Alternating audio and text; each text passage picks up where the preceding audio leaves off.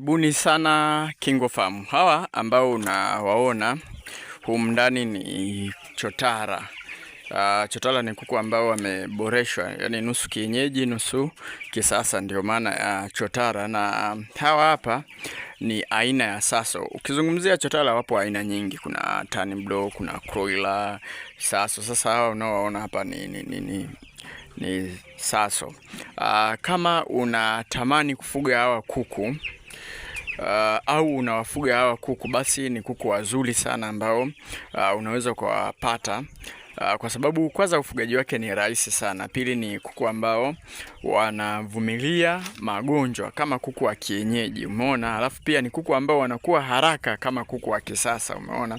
Mfano hawa unaowaona humu ndani, hawa vifaranga wana wiki 3. Kwa kawaida kabisa huwezi ukampata kuku wa hawa wa kienyeji wa wiki 3 akawa na ukubwa kama huu hapa. Ngoja nimsogeze kwa mfano, ni mzumu huyu hapa, unamwona huyu ana wiki 3. Na kitu kizuri, kwa mfano sisi hapa shambani, unaona tuna haya mabanda mengi, waga tuna wawekaga humu kuku, wanakuwa wakubwa. Wakifika miezi 2 au mwezi 1.5, kawaida hapa shambani waga tunawaachia nje.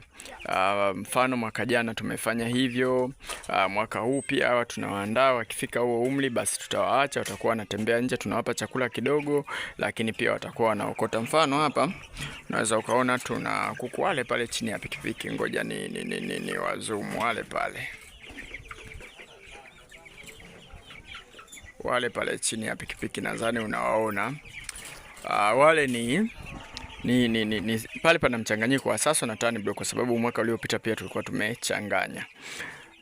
Wanaokota wao wenyewe nje, wala hatuwapi chakula. Kwa hiyo ni kuku wazuri sana wa kuwafuga, hata gharama kipato unaongeza.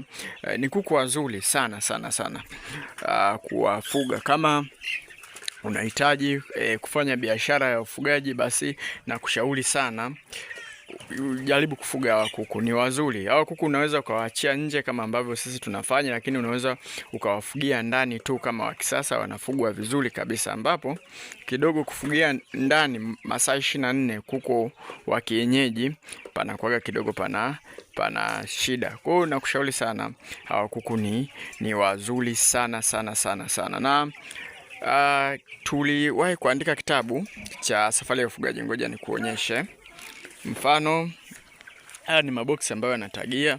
Hiki sasa, hiki unachokiona hapa, hiki ni kitabu ambacho tumetoa toleo la pili. Kulikuwa kuna safari ya ufugaji toleo la kwanza, linaelezea jinsi ambavyo unaweza ukawafuga hawa kuku hawa, hatua zote muhimu kabisa za kuwafuga hawa kuku zipo kwenye kitabu hiki. Hiki hapa tumekuja kutoa toleo la pili baada ya miaka 2 kupita. Kile kitabu tulikuwa tunakiuza hapa shilingi 10,000. Baada ya miaka 2 kupita, tumekuja kuboresha kile kitabu cha safari ya ufugaji. Kipo hivi kama hivi ambavyo kipo hiki, isipokuwa tu hiki kimeandikwa hapa toleo la pili. Nadhani kuna wafugaji ambao wameshawahi kupata kile kitabu. Sasa hiki tumekiboresha zaidi baada ya kufanya majaribio mengi zaidi na kupata matokeo kutoka kwa wafugaji. Vile vitu vizuri ambavyo vilikuwa kwenye kile kitabu cha mara ya kwanza,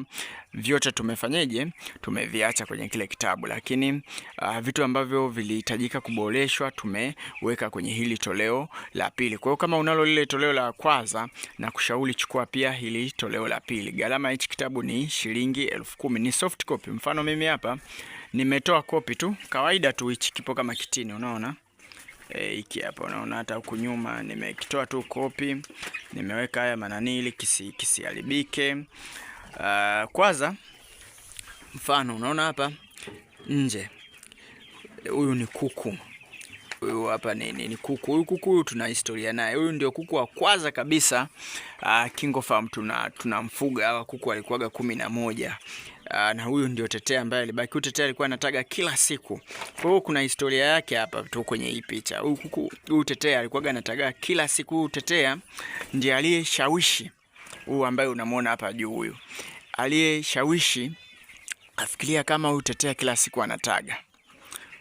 Kwa mwezi anaweza kukutagia siku moja sana ndo analuka, anaweza kukutagia mayai hata 25. ukawa nao labda 100, utapata kipato gani? Alafu pia ni kuku ambayo tuliangalia gharama ambazo tunatumia. Kwa hiyo tukaona kumbe ufugaji ni dili wa hawa kuku chotara. Kupitia walikuwa ni kuku 11, nakumbuka walikuwa kuku 11. Jogoo ndio tulichukua wengi, tulichukua jogoo 9, tetea tukachukua 2. Miongoni mwa tetea mmoja alikuwa ni mweusi. Nadhani hapa sema hapaonekani vizuri. Ungekuwa unamuona hapa nyuma, huyu hapa nyuma ndio tetea alikuwa huyu, na huyu tetea mwingine. Kwa hiyo alibakiaga kuku 2, wale jogoo wote tuliwauza, lakini huyu wa ndani alikuwa anataga. Lakini alikuwa kwa mwezi anaweza kataga mayai 20, ila huyu wa mbele alikuwa kila siku anataga. Kwa hiyo ni kuku ambaye alifanya tukaona ufugaji wa hawa kuku unatija, tukaanza kufuga kwa wingi, ndio mpaka tumefika hii hatua ambayo unaiona hapa. Sasa hivi tuna mabanda hapa, huwa tunafuga hawa kuku hadi 2000. Wanakuepo hapa, tunawaachia tu. Hili eneo ni kubwa, wanatembea, wanaokota chakula, kingine tunawapa. Kwa hiyo kupitia hapo ndio tukatengenezaga na kitabu hiki hapa. Hiki tumeboresha, na hiki kitabu kina maboresho mengi sana. Hiki kitabu kimepitia maboresho mengi sana. Mfano mada zilizo kwenye hichi kitabu tumeandika hapa. Ushauri, tumeanza kwanza na ushauri, na tumeweka hapa ushauri kwa sababu ni safari ya ufugaji, mbinu bora ya kukuza mtaji. Kwa hiyo tumeweka ushauri ni namna gani unaweza ukakuza mtaji kwenye hichi kitabu. Kitabu hiki ni 10,000 na ni soft copy, na kutumia kwa njia ya WhatsApp, namna ambayo unaweza ukakuza mtaji. Unaweza ukaona ushauri kwa wanaoanza kufuga, mfano ratiba ya chanjo ni lazima. Lakini pia huku mbele tumeweka ushauri kwa watu ambao tayari, hata kama wewe tayari umeshafuga muda mrefu, kuna ushauri wako upo hapa, tumeuweka hapa. Umeona namna ambavyo unaweza ukakuza mtaji. Ni kitabu ambacho kipo tofauti sana, sio kitabu ambacho labda umewahi kukiona sehemu ndani. Pia tumetumia picha, mabanda. Unaona kwa mfano ili banda hili, ujenzi wa mabanda tumeelezea. Banda hili unaloliona hapa ndio ni banda lile pale, ni banda lile pale kwenye pikipiki. Ndio hili hapa. Kwa hiyo ni kitabu ambacho tumeandika wafugaji, tujaandika watu wa mtandaoni. Tumeandika vile vitu ambavyo tunavipata sisi kwenye ufugaji. Hili banda ndio lile pale. Hili hapa, hili banda bwana, mzee wangu na yeye anafuga. Kwa hiyo nilionaga amejenga banda la bei rahisi sana, ili ametumia mabanzi. Umeona? Kwa hiyo ametumia haya matapa, wanaita matapa haya hapa, ni gharama nafuu. Kwa hiyo nikaona kumbe unaweza ukajenga hata banda la bei nafuu. Ujenzi wa mabanda hivi hapa, kuna ramani hizi hapa. Kwa hiyo ni kitabu kizuri sana, yaani ni kitabu ambacho tumeandika uhalisia namna ambavyo sisi tunafuga, na kina peji 18 tu, unaweza ukaona kina peji 18. Jinsi ya kutoa chanjo hapa tumeweka, umeona, tumeelekeza sehemu ya kuchoma chanjo. Ni kizuri sana jinsi ya kusoma chanjo. Tumeweka picha za dawa, kwa mfano hii nawapa hapa elimu bure. Hii ni dawa ya mafua ya dukani, ukienda ukiwa nayo unaenda unaonyesha tu nataka dawa kama hii hapa. Umeona vitu vingi sana tumeandika. Kanuni za chakula hizi hapa, kwa mfano hii vifaranga, unawatengenezea vifaranga. Umeona tumefanya majaribio hivi vyakula pia sisi wenyewe tumevitumia hapa shambani, vyakula kuku wanaokuwa.